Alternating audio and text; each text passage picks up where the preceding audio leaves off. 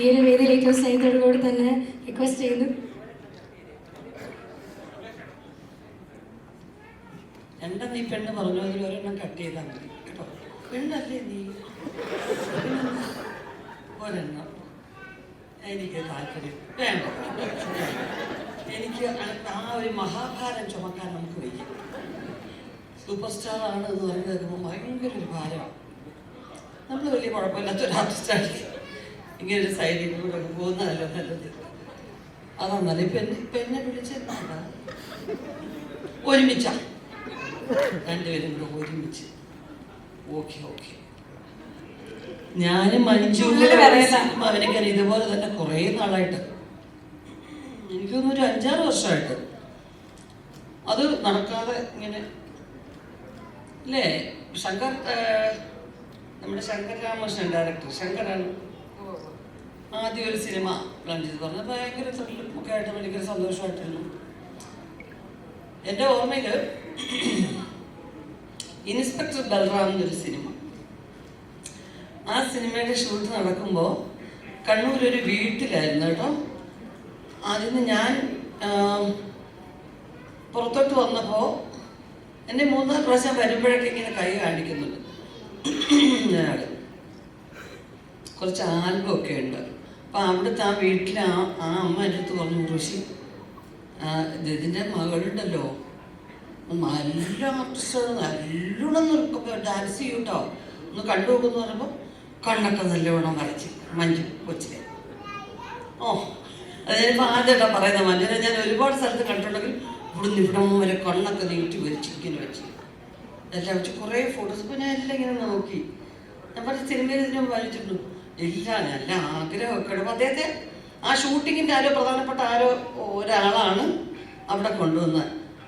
അപ്പോൾ നല്ലോണം എല്ലാത്തിനും നല്ല കഴിവൊക്കെ ആ കുട്ടിക്ക് കേട്ടോ.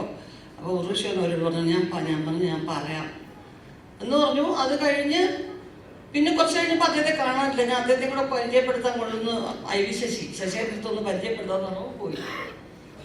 അങ്ങനെ ഒരു സംഭവം ഉണ്ടായിട്ടുണ്ട്. ഞാൻ പറഞ്ഞിട്ടില്ല മഞ്ജുവിൻ്റെ അടുത്ത്. എന്തായാലും വേറെന്താണ് ഞങ്ങളിവിടെ ചെയ്യേണ്ടത് അഭിലാഷ്?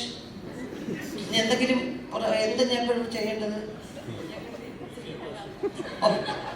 പ്രൊഡ്യൂസ് ചെയ്യാൻ കാശ് ഞാൻ അത് പ്രതീക്ഷിച്ചില്ല. പ്രൊഡ്യൂസ് ചെയ്യാൻ ചുമ്മാ ഇടാന്നേ വിചാരിച്ചു. ഇന്നലെ രാത്രി ഒരു 8 പവന്റെ മാല ഒരു എൻ്റെ തന്നിട്ട് പറഞ്ഞു, നീ എന്ത് വെച്ചാൽ പോയി ചെയ്തിട്ട് പടം ചെയ്തോളൂ അല്ലേ?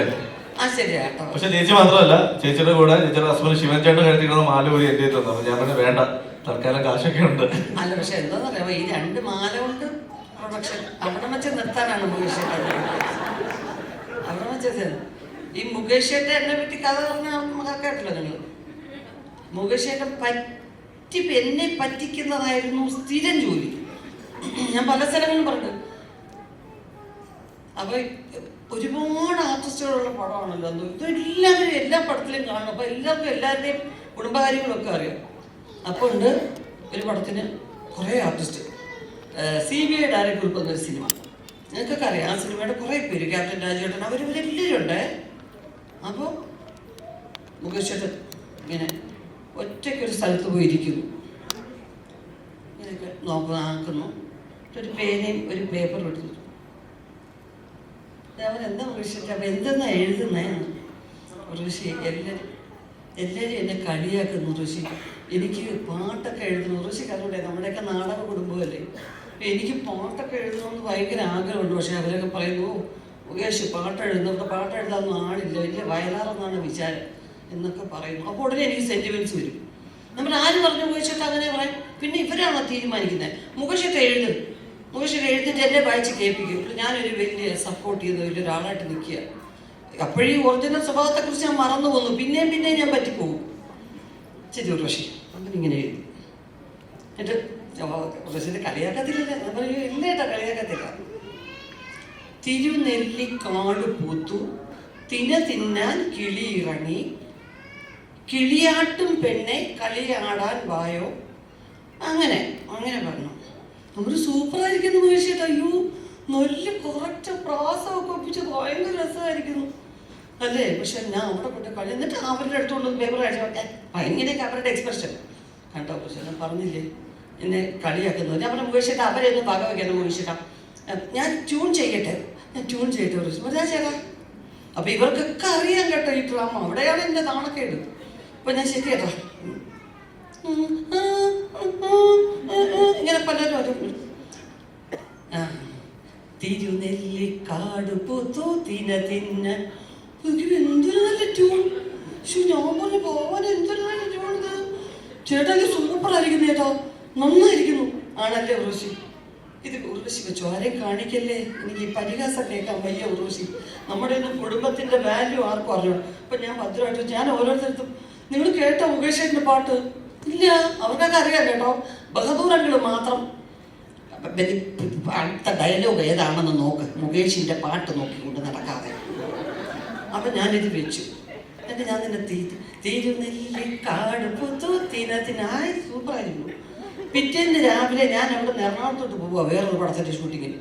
വണ്ടി കയറി ഇരുന്നപ്പോൾ നേരത്തെ പറഞ്ഞ കുട്ടപ്പൻ, അന്നത്തെ ഒരു മുഖ്യമന്ത്രി കരുണാകരന്റെ പൈലറ്റായിട്ട് പോയ കുട്ടപ്പന്റെ വണ്ടിയാ. അപ്പൊ പെട്ടെന്ന് കൊണ്ടുവന്ന് വിടും, ഭയങ്കര സ്പീഡാ.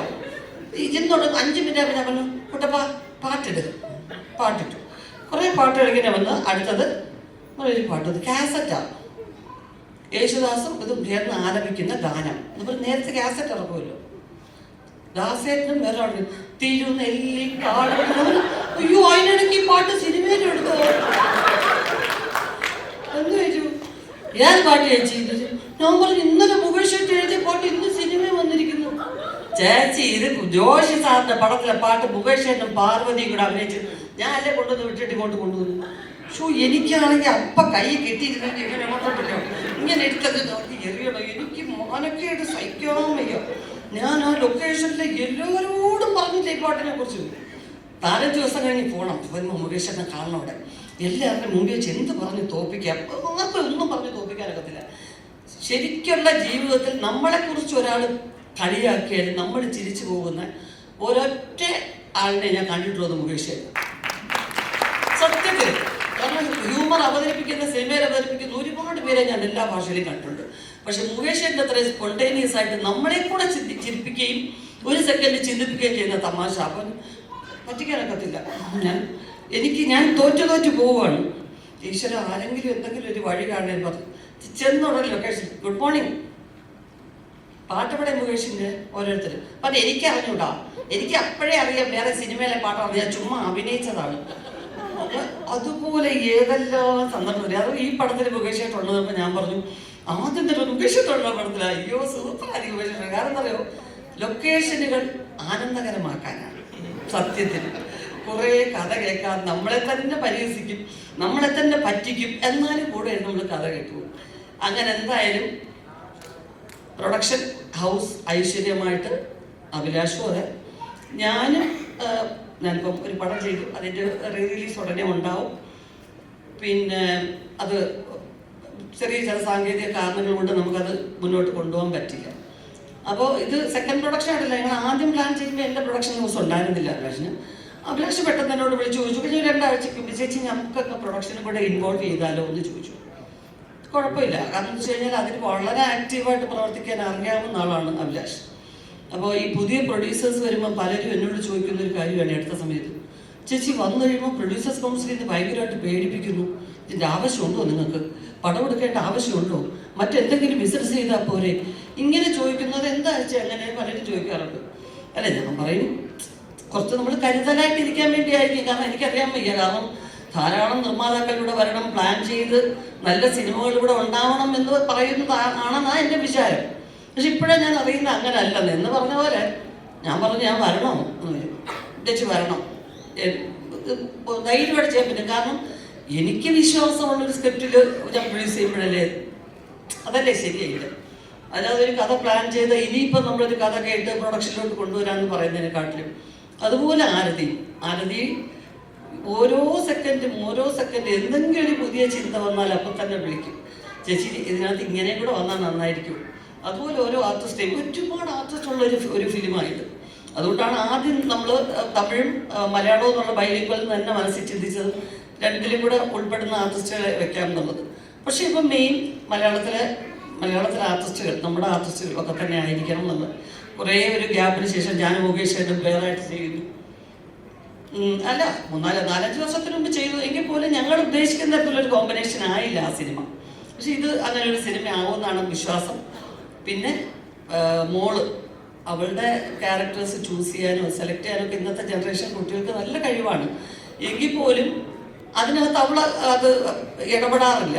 അമ്മ നോക്കിയിട്ട് പറഞ്ഞാൽ മതി എന്നുള്ള രീതിയിലാണ്. അപ്പോൾ ഈ സ്ക്രിപ്റ്റ് ഇതുവരെയും പൂർണ്ണമായിട്ട് അവളിരുന്ന് കേട്ടിട്ടില്ല. അഭിലാഷ് എന്നോട് പറഞ്ഞു, ആരതി, വിപിൻ ഇവരെല്ലാം കൂടെ എന്നോട് ഡിസ്കസ് ചെയ്യുന്നുണ്ട്, ഞാൻ അവളോട് പറയുന്നുണ്ട്. പിന്നെ ഈ ക്യാരക്ടറിന് വേണ്ട ചില പ്രിപ്പറേഷന് വേണ്ടിയുള്ള ചില കാര്യങ്ങൾ മാത്രം അഭിലാഷ് ആദ്യമേ പറഞ്ഞത് വേണം. അതുപോലെ ആരതിയും പറഞ്ഞു ഈ ക്യാരക്ടറിന് ഇങ്ങനെ ചില കാര്യങ്ങൾ വേണം എന്ന് പറഞ്ഞു. അങ്ങനെ അതിനുവേണ്ടിയുള്ളൊരു തയ്യാറെടുപ്പ് നടത്തിയിട്ടുണ്ട് ഫിലിമിന് വേണ്ടി. അപ്പോൾ തീർച്ചയായിട്ടും ഇന്നത്തെ പോലെ തന്നെ എല്ലാം ഈ സിനിമയുടെ റിലീസും അതിനുശേഷവും നിങ്ങളുടെ എല്ലാം പറയുന്ന നല്ല സഹകരണം എല്ലാം ഉണ്ടാവട്ടെ. അപ്പം നേരത്തെ പറഞ്ഞ പോലെ മഞ്ജു വാര്യർ എന്നെ സൂപ്പർ സ്റ്റാർ ഇട്ട് ഞാൻ തൊഴിലാണ്. അല്ല അതൊക്കെ പോവാൻ വേറെ സബ്ജക്റ്റ് ആയിപ്പോയി. ആദ്യം തുടങ്ങിയത് അതിൽ നിന്നായിട്ട് ഞാൻ അധികം ഫിനിഷ് ചെയ്യുന്നു. ബാക്കിയുള്ള